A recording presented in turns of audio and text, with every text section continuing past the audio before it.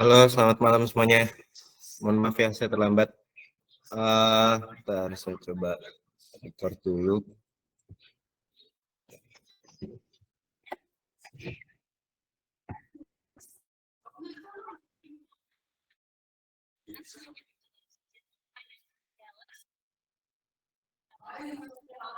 Oke,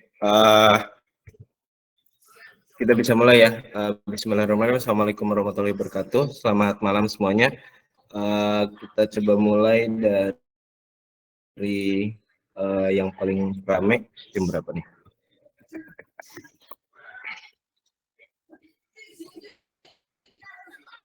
Kayaknya tetap tim 1 ya, kayaknya paling ramai 9. Mas Rizky,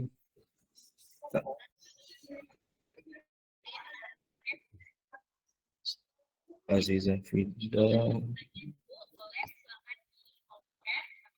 Manda, Fadila Balkis. Ya, oke deh. Mungkin dari tim 1 dulu ya. Silahkan mungkin Kak Fadila, Kak Rizky. Oke Kak, izin masuk ya Kak dan teman-teman semua.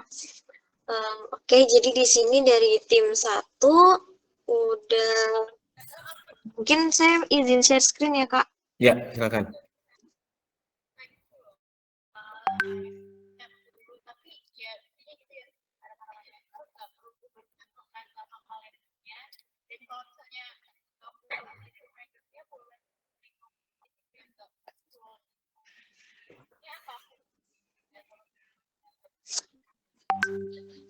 Oke, ini apakah udah kelihatan Kak?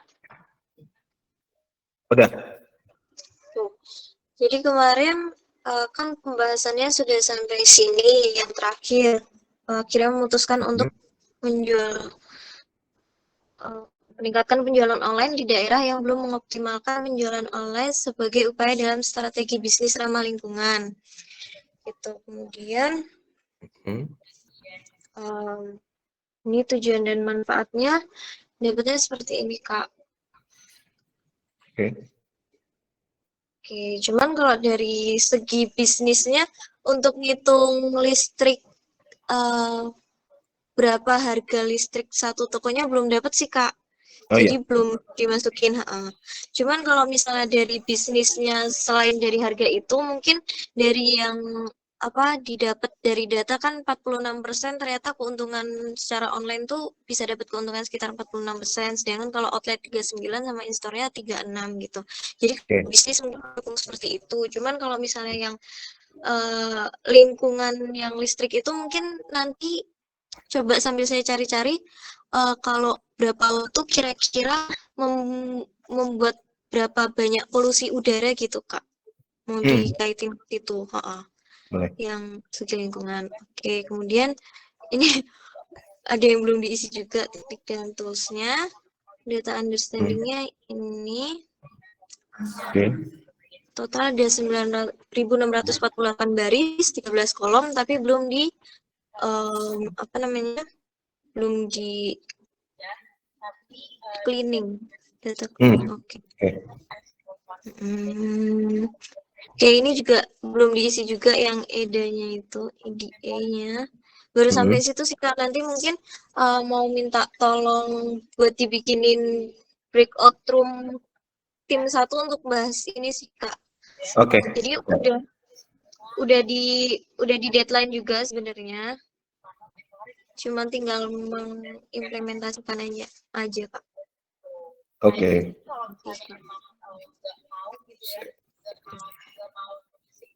Mungkin gitu aja dari kelompok 1. Mungkin dari Rizky ada yang mau ditambahin?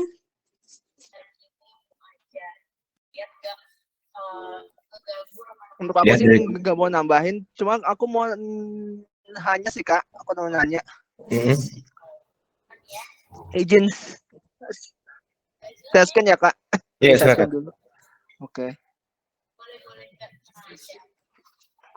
Ada saya mau tanyain seputar dataset ini Kak. Aduh. Udah muncul belum? Udah. Oke. Nah ini Kak, ini kan di bagian kolom produk ini kan ada 6 variabel yang unik kan. Nah itu menurut Kakak lebih enaknya di encodingnya pakai yang label encoding apa one hot Kak? Aku mau nanya itu sih. Berapa tadi? 6 yang unik. Ya yang ini bagian ini. Masih cocokan one hot aja. One hot ya masih cocok. Oke. Ya. Terus untuk yang kedua ini kan di bagian A sama B kan ini kan sama kan Kak? Jadi untuk ini yang ID-nya gak usah di one hot lagi ya Kak? Gak usah. Bisa di encoding. Gak usah. Dibuang aja itu. Dibuang aja nih berarti ya. Yang A dibuang berarti ya, yang kolom A. Ya, kolom A itu isinya sama Foot Locker semua. Iya, enggak, ada yang beda, ada Walmart, ada Sport Direct ya. Oh, Oke. Kalau itu berarti kan lebih baik ada ininya. lebih baik kan ada ini. one hot juga. Oh, oke. Benar. Di one hot juga. Tapi yang retailer ID-nya dibuang. Oke. ID dibuang berarti. Oke, paham. Untuk itu apa lagi ya? Udah sih Kak, itu doang sih, 2 doang.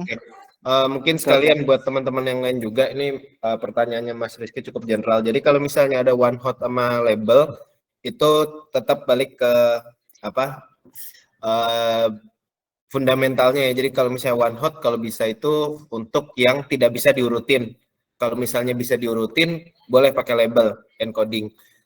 Nah, kalau misalnya kayak tadi, misalnya itu kan kita nggak tahu nih urutannya kayak gimana. Apakah men dulu atau women dulu, atau tadi misalnya Walmart dulu atau Seafood Locker dulu gitu kan, kita nggak tahu.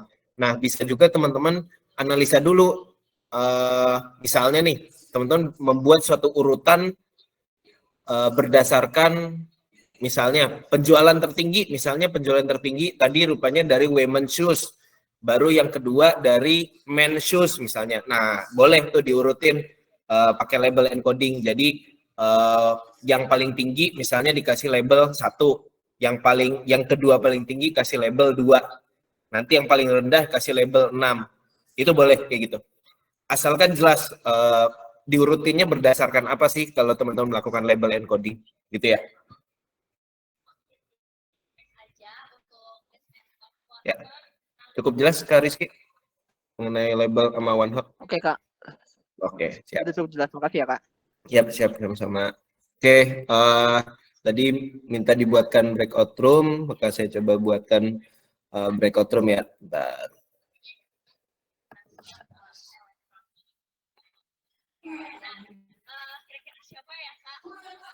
Kita kerja tim 1 itu ada Kak Fadila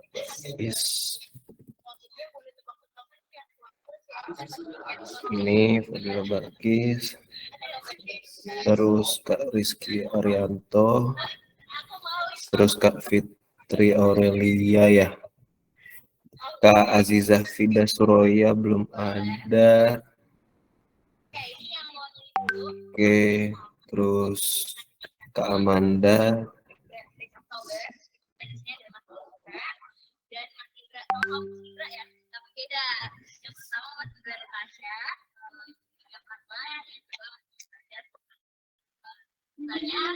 oke, yang lain nanti dulu ya, biar di room yang pertama dulu. Amanda, Fadila, Fitri Aurelia.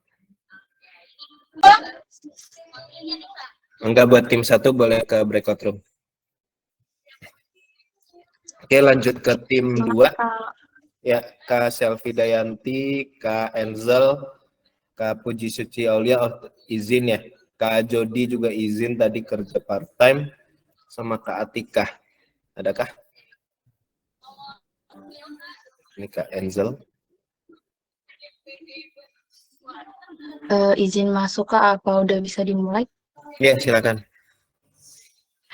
Oke Kak, jadi kan kemarin itu kan kita kan pakai data kualitas udara di DKI Jakarta. Jadi kita itu kayak nyari kira-kira bisnis apa yang mau kita buat yang berhubungan dengan data kualitas udara di DKI Jakarta. Aku boleh izin share screen Kak? Ya, oke, silakan.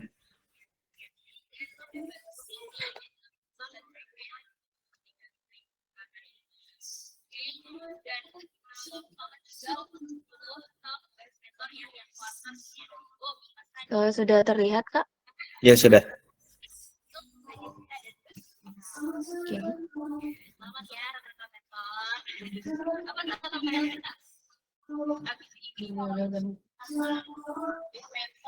Ya. Sebentar ya, Kak, bentar. Iya, emang enggak. Oke. Oke, jadi kita itu kepikirannya bisnis yang jenis bisnisnya itu adalah restorasi lingkungan, Kak. Jadi kita cari bisnis yang kira-kira bisa yang menyediakan solusi mengenai masalah polusi udara yang ada di DKI Jakarta. Nah, fokus utama bisnisnya itu, jadi kan polusi udara di Jakarta itu kan Kak lagi banyak ya.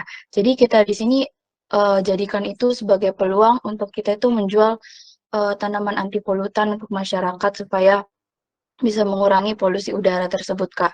Terus, Kak, nanti di sini tuh penelitian yang akan dilakukan itu, aku masih bingung kira-kira cocoknya itu prediksi atau klasifikasi, Kak. Sejauh ini masih itu sih, Kak. Oke, bentar ya, saya coba baca dulu. Menjadi masalah Ya, Kak. global. Oke, itu melakukan prediksi data kualitas udara dari stasiun penguatan udara digunakan untuk keputusan promosi tanaman anti polutan. Oke. Boleh lihat tipe datanya nggak? Tipe data, maksudnya sampel dataset mungkin kayak 5 Atributnya baris ya, Kak. pertama gitu misalnya. Oh, Udah belum? oh iya. Ada, Kak. Bentar, Kak. Nah, maksudnya biar kebayang. Mengetahui prediksi kualitas udara sehingga oke.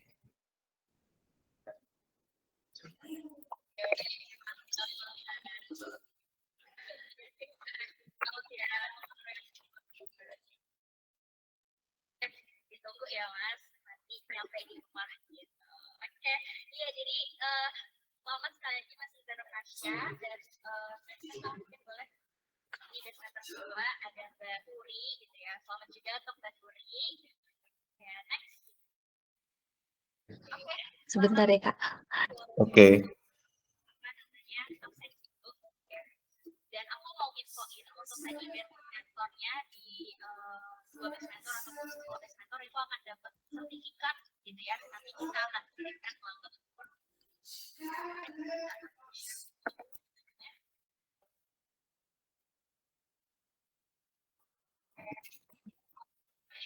boleh Mas dan Mbak boleh ini kehadirannya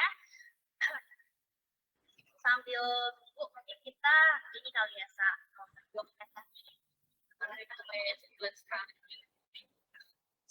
Datanya seperti ini, Kak. Oke. PM10, PM25, SO2, CO3, NO2, max critical kategori. Ini udah semua kolom ya? Iya, udah semua, Kak. Oke. Terus yang mau jadi target itu rencananya gimana tadi? Oke, Kak. Gimana, Kak? Tujuannya tadi boleh diulang sekali lagi? Oke, tujuannya kan kita mau ngelakuin promosi ya, Kak. Jadi kita pengen pengen antara ngeklasifikasiin atau ngeprediksi gitu, Kak. Oke. Sedang baik, sedang. Kayaknya ini lebih ke klasifikasi ya. Karena kategorinya ada sedang, baik, sedang. Kan berarti klasifikasi tuh. Ntar dia terklasifikasi sebagai baik atau sedang. Nah, nanti itu tujuan ininya oke, ini klasifikasi. Tapi dari kolom-kolom yang ada seperti ini, teman-teman kira-kira akan dapat insight dan manfaat apa ya? Maaf, saya belum terlalu kebayang, sorry. PM10, PM25 ini udah tahu ininya belum ya? Definisi dari masing-masing kolom. penjelasan atributnya gitu ya, Kak? Sudah ada, Kak, di Cidok. Sebentar, Kak, saya share screen lagi, ganti lagi ya, Kak. Oke.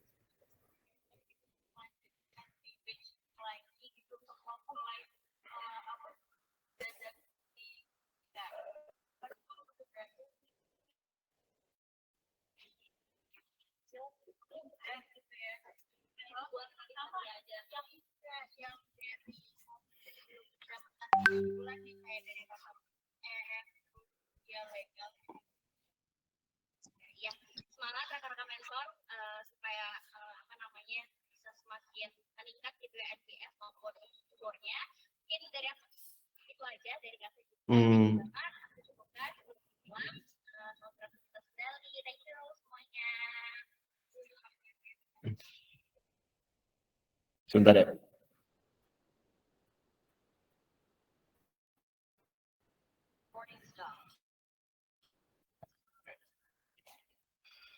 Maaf, saya double meeting. Oke. Nilai ukur paling tinggi dan seluruh parameter yang diukur dalam waktu yang sama. Parameter yang hasil pengukurannya paling tinggi. Oke.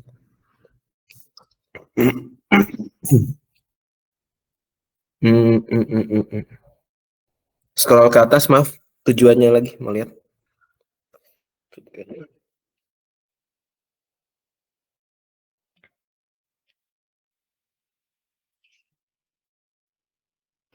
Keputusan promosi tanaman anti polutan. Oke, ini menarik. Cuman promosi tanaman anti polutannya, informasi tanaman anti polutannya dari mana ya? Informasinya itu kayak kan kemarin kita cari-cari ya, Kak, tanaman anti polutan itu contoh-contohnya tanaman apa saja, nama tanamannya apa, terus bisa mengikat polusi berapa gitu. Sejauh itu masih itu sih, Kak. Oke, bentar. Gabung ini gimana tuh ya? Bentar. Mikir dulu ya.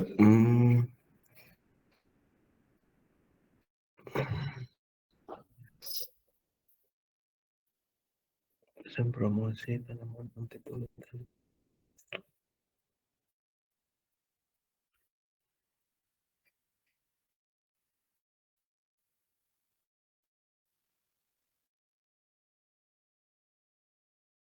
Udah ada contohnya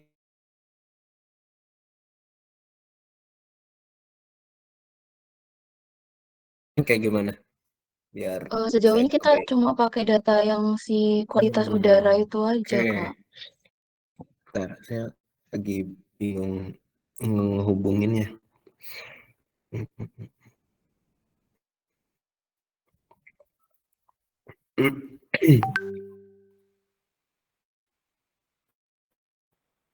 Untuk sementara yang saya bayangin sebenarnya untuk mencapai tujuan penelitian yang teman-teman lakukan dan data yang teman-teman punya sekarang, itu saya kepikirannya perlu satu dataset lagi yang nanti teman-teman mungkin bisa joinin.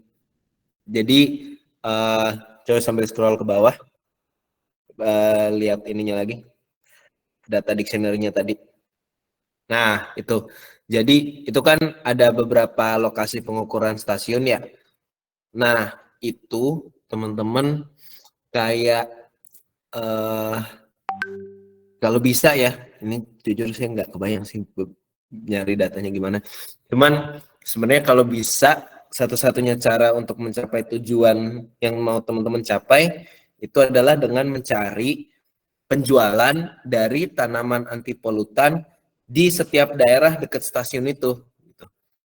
Jadi nanti kelihatan, oh misalnya di penjualan tanaman anti polutan misalnya apa ya, saya nggak ngerti, lidah mertua lah misalnya, saya nggak tahu, penjualan lidah mertua di daerah Jakarta Pusat misalnya ya, di Bundaran HI gitu. Itu pendekatan aja sih. Oh berarti dia ternyata tinggi nih tanaman anti polutannya. Nah, ternyata dari dataset teman-teman DKI 1 atau yang di Bundaran HI ini ternyata rendah, termasuk kategori standar pencemaran udara yang baik atau sedang gitu ya, yang lumayan oke lah gitu. Nah, ini berarti kan ada korelasi tuh antara penjualan tanaman tadi, anti polutan tadi di Jakarta Pusat itu mempengaruhi indeks standar pencemaran udara di Jakarta Pusat gitu. Itu satu-satunya sih untuk sementara kepikirannya kayak gitu. Cuman saya jujur belum tahu bisa dapat nggak tuh data penjualan tanaman anti polutan gitu. Karena kalau dari sini jujur saya agak bingung nanti gimana cara teman-teman analisanya dan dapat apa. Saya belum kebayang sih.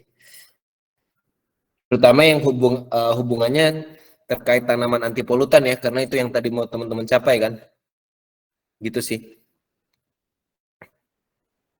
Betul, ini kan ada teman-teman dari kelompok lain juga. Kalau misalnya teman-teman dari kelompok lain ada yang mau kasih saran juga monggo ya, biar kita ada faedahnya juga mentoring terpusat gitu.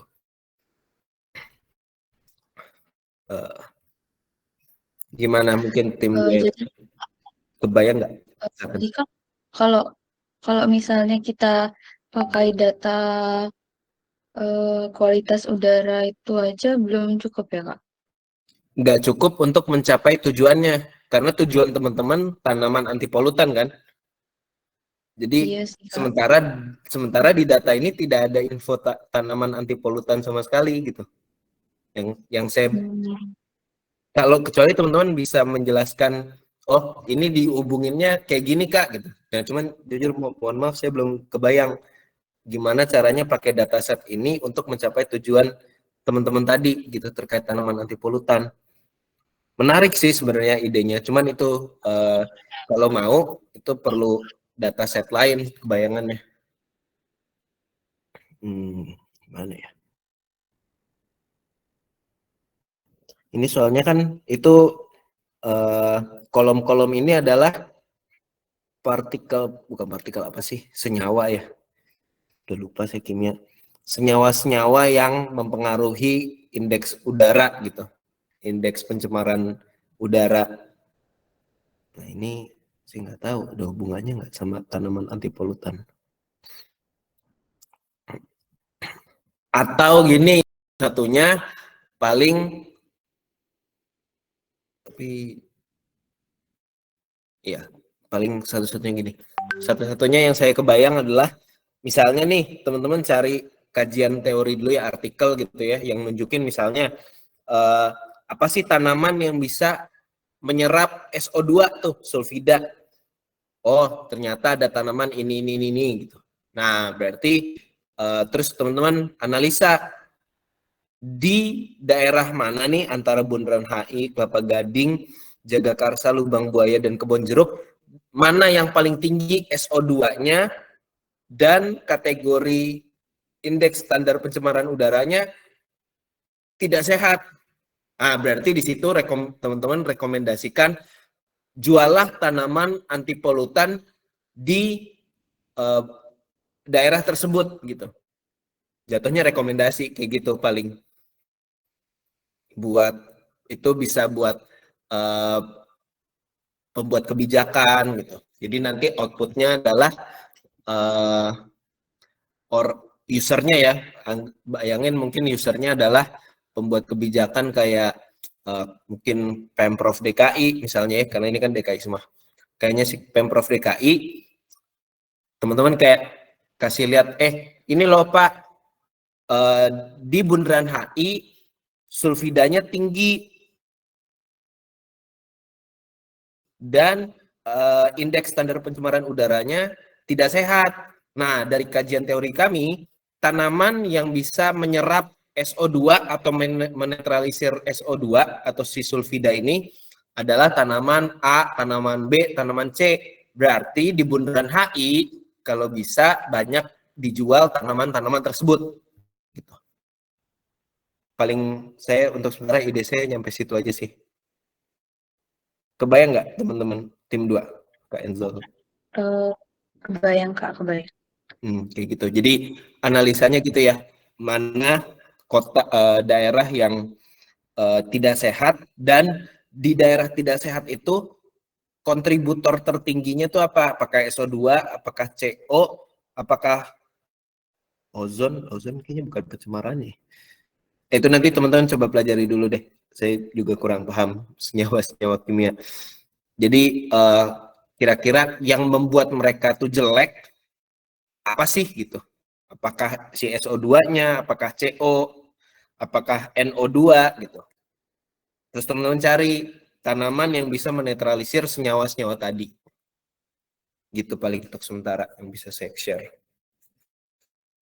Kebayang? Terus Kak itu nanti tetap klasifikasi Kak? Jatuhnya klasifikasi. Jadi analisanya mungkin sampai feature importance. Gitu.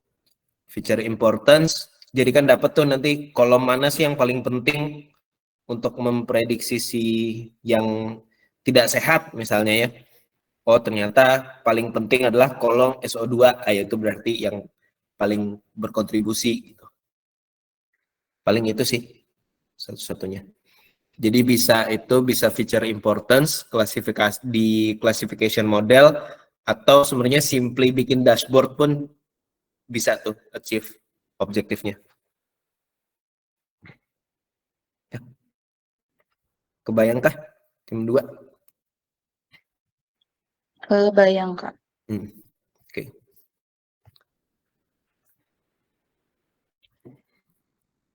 Mungkin ada pertanyaan lain yang tim 2?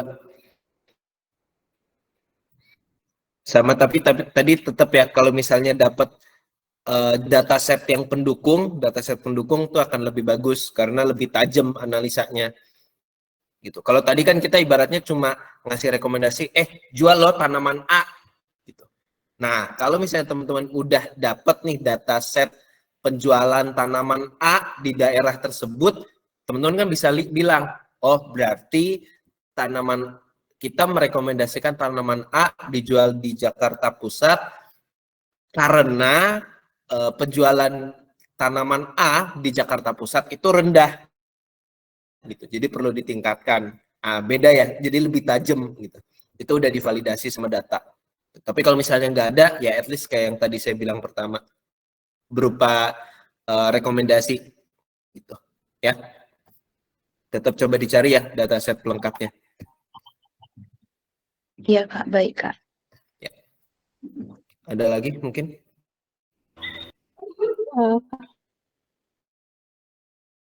Ada Ya, tambahan sedikit lagi bertanya. Berarti nanti kita harus mencari seluruh atribut ini ya, misalnya kayak SO2, kayak O2 gitu di seluruh stasiun gitu ya Kak? Mencari apanya tadi, maaf? Ini kayak SO2 gitu, kayak kandungan SO2 itu ada di stasiun mana aja gitu. Berarti kita harus cari kandungannya di setiap stasiun gitu ya Kak? Iya, itu udah ada kan ya? Itu kan ada stasiun, ada SO2. Tapi kan ya, SO2 tuh lebih banyak di stasiun mana gitu. Itu perlu Ya, kita... ya. Betul, dianalisa itunya, betul. SO2-nya misalnya paling banyak di lubang buaya, gitu ya. Berarti tanaman anti polutan yang menetralisir SO2 ya harus paling banyak di lubang buaya, misalnya gitu. Contoh sederhana kasarannya gitu. Oke Kak, terima kasih Kak. Ya siap. Terus nanti bisa juga teman-teman regresiin. Itu kan ada tanggal tuh, time series forecasting. Tanggal nanti kan berupa kayak regresi ya. Lihat, buat line chart yang x aksisnya tanggal dan y aksisnya tuh berbagai macam itu SO2. Jadi kelihatan SO2 tuh trennya naik apa turun gitu misalnya secara umum. Oh ternyata trennya naik gitu. Sementara kalau yang lain yang CO misalnya karbon monoksida ketika udah divisualisasikan ternyata trennya turun misalnya, berarti nggak terlalu urgent nih yang CO, kita harus analisa lebih dalam yang SO2 gitu. Paling analisa-analisa seperti itu sih yang bisa diulik. Jadi manfaatin atribut tanggal sama atribut stasiun. Ya. Ya, baik. Ya. Ada lagi mungkin?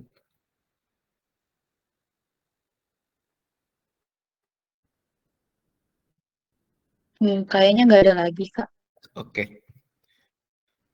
Oke, kalau gitu dari tim 2 kira-kira perlu breakout room?